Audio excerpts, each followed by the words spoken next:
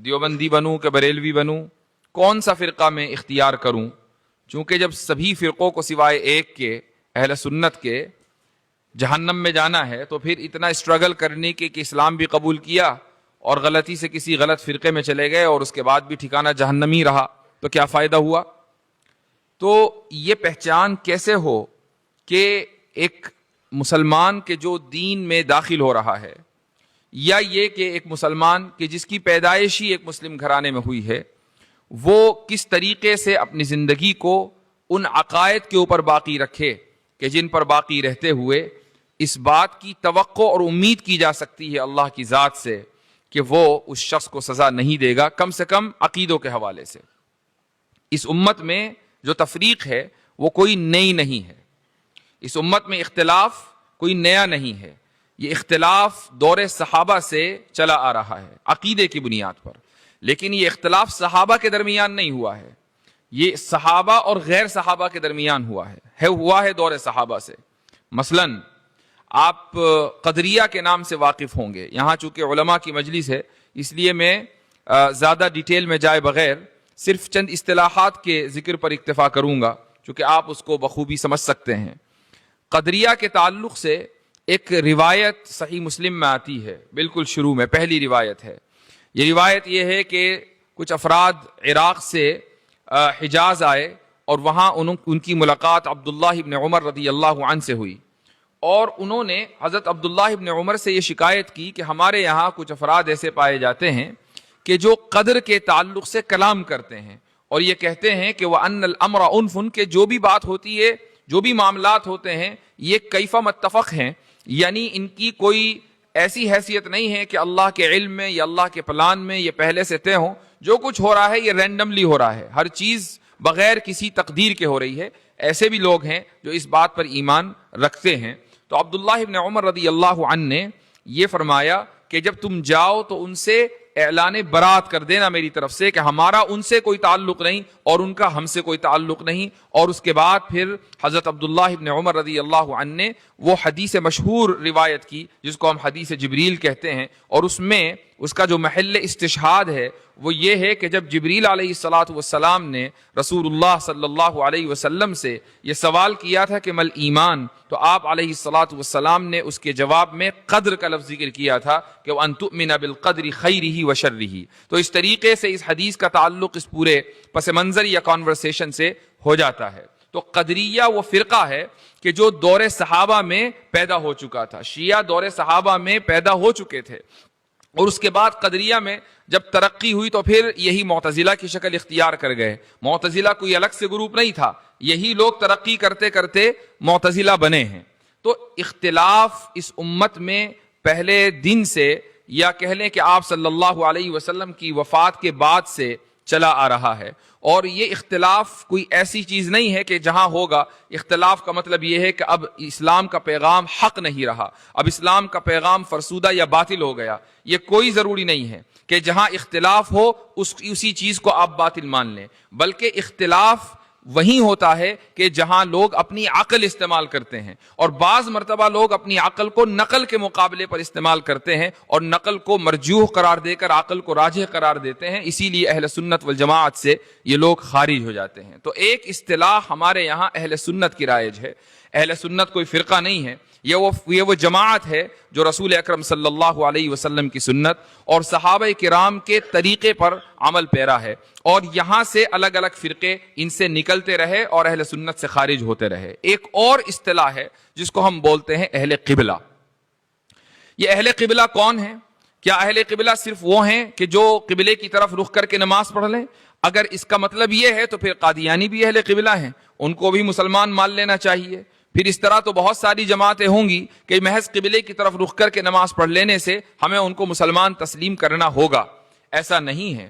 اہل قبلہ ایک ٹرم ہے، ایک اصطلاح ہے جس کے معنی آتے ہیں ضروریات دین کو تسلیم کرنے والا، کہ جو شخص ضروریات دین کو تسلیم کرے وہ اہل قبلہ میں شامل ہے.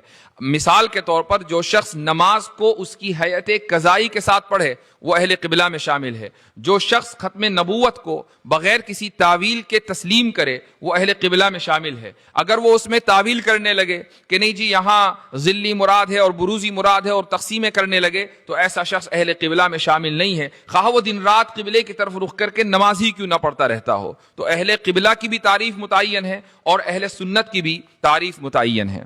پھر ہمارے لٹریچر میں بہت سے اختلافی مسائل بھی ملتے ہیں. ان مسائل کو ہم دو قسموں میں تقسیم کر سکتے ہیں. پہلے مسائل وہ ہیں کہ جو منصوص ہیں, قرآن میں موجود ہیں, احادیث میں موجود ہیں, احادیث مشہورہ میں متواترہ میں موجود ہیں, اور ان مسائل میں اختلاف ہوا ہے اور کچھ لوگوں نے ان مسائل کو عقل کے مخالف ہونے کی وجہ سے ان میں تعویل کی اور ان کا انکار کر دیا. مثال کے طور پر عذاب قبر. عذاب قبر کا مسئلہ منصوص مسئلہ ہے. کچھ لوگوں کے سمجھ میں نہیں آتا کہ جب ایک انسان کا حساب و کتاب روز جزا میں ہونا ہے تو پھر قبر میں عذاب کا کیا مطلب؟ ابھی تو حساب و کتاب نہیں ہوا اور عذاب پہلے شروع ہو گیا. نعیم قبر کا کیا مطلب؟ ابھی تو حساب و کتاب کے بعد اس کو جنت میں جانا ہے اور قبر کی آسانیاں اور آسائشیں پہلے شروع ہو گئیں.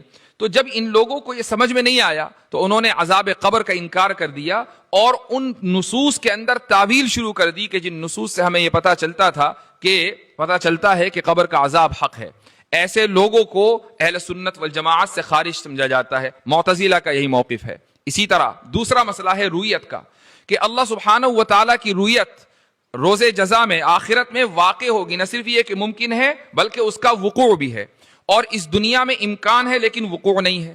یہ مسئلہ بھی بہت سے لوگوں کے سمجھ میں نہیں آیا اور انہوں نے ان آیتوں کی اندر تعویل کی اور اس مسئلے کا انکار کر دیا. یہ لوگ بھی اہل سنت والجماعت سے خارج پائے. اسی طریقے سے ایک دوسرا مسئلہ پایا جاتا ہے, وہ ہے خلق افعال کا, کہ بہت سے لوگوں کو یہ بات سمجھ میں نہیں آئی کہ اگر ہمارے اعمال کے اوپر ہمارا محاسبہ ہونا ہے تو پھر ہمارے اعمال کے خالق بھی ہم ہی ٹھہرے. یہ کیسے ممکن ہے کہ ہمارے اعمال کی خلق, اس کی تخلیق تو اللہ تعالیٰ کرے اور محاسبہ ہم سے ہو؟ اگر محاسبہ ہم سے ہونا ہے تو پھر تخلیق بھی ہمارے اعمال کی ہم ہی کریں گے, کسب بھی ہم ہی کریں گے. یہ ممکن نہیں ہے کہ خلق کوئی اور کرے اور اس کا محاسبہ کسی اور سے ہو. جب یہ مسئلہ ان کو سمجھ میں نہیں آیا تو انہوں نے تعویل کی اور یہ کہا کہ اللہ تعالیٰ اپنے افعال کا خالق ہے اور بندے اپنے افعال کے خالق ہیں. اور اس طریقے سے یہ اختلافات ہوئے. وہ تمام کے تمام مسائل کہ جو منصوص ہیں قرآن میں سنت میں, ان میں جب اختلاف ہوا اور نصوص کے اندر تعویل کی گئی تو اس تعویل کے نتیجے میں اہل سنت سے ان لوگوں کو خارج کر دیا گیا. وہ لوگ کہ جو ان مسائل کے قائل ہیں, مثلاً وہ افعال کے خالق بندوں کو بناتے ہیں, وہ رویت کا انکار کرتے ہیں, وہ پل صراط کا انکار کرتے ہیں, وہ جہنم میں جانے سے پہلے عذاب قبر کا انکار کرتے ہیں, وغیرہ وغیرہ. یہ تمام کے تمام افراد اہل حق سے خارج تصور کیے جاتے ہیں, اہل سنت والجماعت سے خارج تصور کیے جاتے ہیں. پھر دوسری قسم ان مسائل کی ہے کہ جو نہ قرآن میں منصوص ہیں نہ احادیث مشہورہ میں ہیں, لیکن ان میں اختلاف ہوا ہے اور متقدمین نے ان کو نہیں چھیڑا. یعنی متقدمین کے یہاں بھی وہ لٹریچر نہیں پایا جاتا. متقدمین سے مراد صحابہ کی جماعت ہے, تابعین کی جماعت ہے اور تبع تابعین کی. تو صحابہ, تابعین, تبع تابعین نے ان مسائل پر کوئی گفتگو نہیں کی. اسی طریقے سے قرآن اور آپ صلی اللہ علیہ وسلم کی احادیث مشہورہ میں ان کا کوئی تذکرہ نہیں ہے. متاخرین نے ان مسائل کو چھیڑا ہے اور ان مسائل کو چھیڑنے کی وجہ سے آپس میں اختلاف ہوا ہے. یہ ان کو بھی ہم چند کیٹیگریز میں رکھ سکتے ہیں. مثال کے طور پر بعض مرتبہ اختلاف ہوتا ہے استنباط کی وجہ سے. یعنی مثلاً اگر آپ احادیث سے کسی مسئلے کا استنباط کریں تو ممکن ہے کہ آپ کی جو استدلالی قوت ہے وہ میری استدلالی قوت سے مختلف ہو اور آپ کے استنباط کا نتیجہ میرے استنباط کے نتیجے سے مختلف ہو, تو میں الگ نتیجے پر پہنچا اور آپ الگ نتیجے پر پہنچے اور اس لیے آپس میں اختلاف ہو گیا. مثال کے طور پر ایک مسئلہ آتا ہے, ہماری عقائد کی کتابوں میں ملتا ہے کہ انسان افضل ہے, انبیاء افضل ہیں یا ملائکہ افضل ہیں. اب دونوں طرف سے دلائل دیے جاتے ہیں. ایک دلیل یہ آتی ہے کہ حضرت آدم علیہ الصلاۃ والسلام تو مسجود ملائکہ